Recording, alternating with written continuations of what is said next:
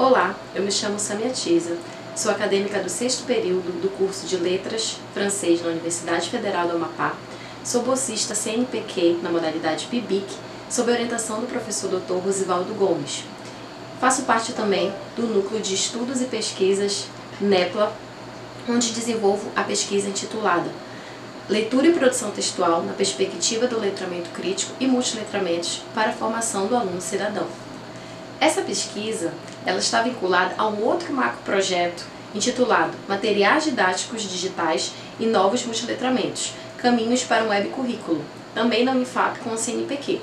A minha pesquisa foi desenvolvida no segundo semestre de 2019, aqui na cidade de Macapá, no estado do Amapá, com uma turma da educação de jovens e adultos. Essa pesquisa ela se debruça sobre o ensino-aprendizagem da língua portuguesa que seja muito mais inclusivo, democrático, reflexivo e crítico. E no momento que eu fui pesquisar quem ia ser o sujeito da minha pesquisa, eu me deparei com uma imagem muito interessante que está fixada lá no campus de letras na Universidade Federal do Amapá, que diz o seguinte, eu coloquei aqui no slide para vocês: não somos nada, ninguém liga para o EJA. E eu coloquei embaixo, eu ligo. Eu realmente fui atrás de saber mais sobre a EJA e descobri que é uma modalidade de ensino que é um pouco carente no sentido de pesquisa. Então, principalmente no sentido de trazer uma perspectiva nova de ensino-aprendizagem de língua, que concatene letramento, multiletramento, e isso me chamou muito a atenção. Então, essa motivação de querer contribuir com o ensino de língua que persiga não apenas a formação escolar pragmática desses alunos, mas que enxergue na educação uma ferramenta de transformação social, foi a força motriz desta pesquisa. E o objeto da pesquisa era de fazer a análise da leitura e produção textual desses alunos, justamente se baseando na perspectiva do letramento crítico para a formação cidadã desses alunos, não apenas a formação escolar, mas também cidadã. Essa aqui é a minha base teórica, como vocês podem ver, trago Hilary Jenks, Clarice Jordão e Nara Takaki, fazendo uma aliança entre letramento crítico, discurso e poder no ensino de línguas. O letramento crítico é uma abordagem, uma perspectiva de ensino em que vê a língua e a linguagem como situada, com uma prática social que é situada e que está imbricada nela questões que são culturais, sociais, identitárias, de raça, de sexualidade. Então o letramento crítico ele é como uma lupa para tudo aquilo que nós consumimos de informação.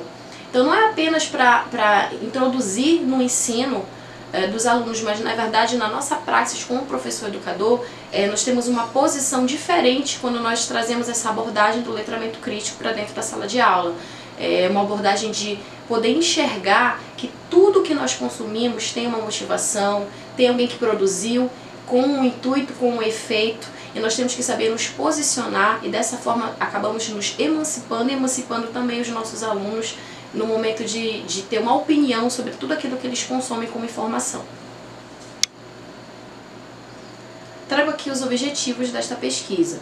O objetivo geral era o de propor a elaboração e o uso de materiais didáticos, que são, na verdade, protótipos de ensino. São protótipos porque eles não são finalizados. Cada realidade escolar necessita de uma adaptação da atividade. Então, esses protótipos podem ser utilizados novamente, refeitos, para aquela realidade escolar.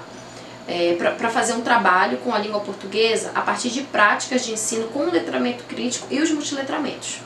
Os objetivos específicos são integrar o ensino de língua portuguesa com práticas tanto digitais quanto sociais, tendo por base gêneros textuais variados que envolvam o aluno e o ajudem a desenvolver competências e habilidades nos eixos de leitura e produção textual, numa perspectiva que vai ser sempre crítica. Avaliar também as potencialidades no uso desses materiais que estão sendo elaborados, que foram elaborados, fundamentados na abordagem do letramento crítico e dos multiletramentos. E, por fim, mapear e discutir as práticas de letramento crítico e multiletramento aprendidas pelos alunos com o uso do material didático elaborado para o ensino de língua portuguesa. Os procedimentos metodológicos. Vale a pena ressaltar que se trata de uma pesquisa do tipo pesquisação, situada na área da linguística aplicada, que possui um ciclo de 4 fases, que são elas: diagnóstico, análise, elaboração de plano de atividades e execução. Essa pesquisa também orienta-se com um método qualitativo interpretativista e analítico. E do método foi elaborado um material didático que incluía uma atividade diagnóstica a priori, para fazer análise das capacidades de linguagem e práticas de letramento crítico que esses alunos já possuíam e quais eles precisavam ainda aprender. Em um dos episódios de ensino em que eu estive com os alunos, foi feita uma atividade diagnóstica, com vários questionamentos sobre a relação deles com a língua portuguesa. E eu trouxe também um gênero textual, charge, para eles fazerem uma leitura crítica desse gênero. Tinham várias questões e eu vou me ater aqui, eu fiz uma transcrição para ficar mais fácil a compreensão. Eu vou me ater apenas na 7ª questão, em que falava justamente sobre a charge. A charge mostra dois personagens em que eles falam o seguinte: agora os de menor também vão poder ser presos. O outro personagem responde: só os de menor poder aquisitivo. A 7ª questão perguntava o seguinte: acima temos uma charge que aborda a questão da maioridade penal no Brasil. A qual grupo social pertencem os personagens ilustrados? Quais elementos linguísticos ou visuais podem comprovar isso? A resposta de um aluno foi: um grupo de maus elementos armados questionando que só os pobres podem ser presos, enquanto os ricos não são presos por terem poder aquisitivo. Aqui a análise feita foi que, apesar desse aluno ter tido uma resposta com uma argumentação um pouco ainda inconclusiva ou ainda inicial, não soube articular tão bem, mas já estavam presentes elementos críticos. Ele articulou da maneira que ele sabia, com os recursos linguísticos que ele sabia, como ele sabia falar sobre aquilo, mas a parte crítica da charge ele conseguiu compreender.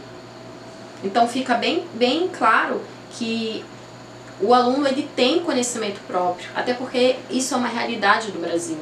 Essa crítica dessa charge ela é muito forte, pungente, porque realmente no Brasil quem tem o poder aquisitivo consegue burlar a lei, e isso ele conseguiu perceber tranquilamente. Já o outro aluno, com a mesma atividade e o mesmo questionamento, conseguiu perceber os elementos visuais. Por exemplo, o que ele respondeu? Adolescentes, roupas, armas e os palavreados, como eles se comunicam um com o outro. Ou seja, ele não conseguiu ir além e fazer uma crítica, perceber a crítica social em relação à maioridade penal e ao poder aquisitivo, mas ele conseguiu perceber a linguagem diferente. Ou seja, a linguagem traz a identidade de um grupo social e ele conseguiu ter essa percepção. Em um outro momento nessa mesma atividade, tem o seguinte questionamento: o que é gramática para você? A resposta desse aluno foi o seguinte: a gramática é de extrema importância para a escrita, pois precisamos, por meio dela, aprimorar a cada dia nosso conhecimento expresso nela. Fez uma pequena confusão entre gramática e conhecimento. Ou seja, para ele, quanto mais gramática ele souber, mais conhecimento ele vai ter, talvez, de mundo e vai conseguir se expressar melhor. E não é bem assim. O letramento crítico vem justamente para mostrar que nem sempre a gramática vai dar conta de todo esse conhecimento, essa complexidade de relações dialógicas, discursivas, questões de poder. A gramática não vai falar sobre isso. Isso aí são outras abordagens e o letramento crítico justamente traz esse tipo de abordagem. Aqui eu trago algumas vertentes da aplicação prática e os resultados da pesquisa. As práticas de leitura e interpretação textual críticas corroboram com o ensino de língua portuguesa. Aliar práticas de letramento escolar com outros letramentos transformam a aula em um lugar de aprendizado sobre a sociedade e mais dinâmico. Habilidades e competências linguístico-gramaticais são potencializadas se incluirmos estudos com a linguagem de uma perspectiva discursiva e social. É possível adicionar em sala de aula atividades e gêneros textuais multimodais que incentivem o pensamento crítico, analítico e autônomo dos alunos. Conclui-se que é necessário incluir e incentivar o ensino-aprendizagem de língua portuguesa que alie a leitura e a produção textual, linguística e gramatical com práticas de letramento crítico. É importante também aprender a língua e linguagem como uma ferramenta de formação cidadã e emancipação dos alunos no ensino básico. Práticas pedagógicas com letramento crítico possibilitam um avanço no trabalho de formação dos alunos em termos que vão além da gramática. Essas são as minhas referências. Obrigada.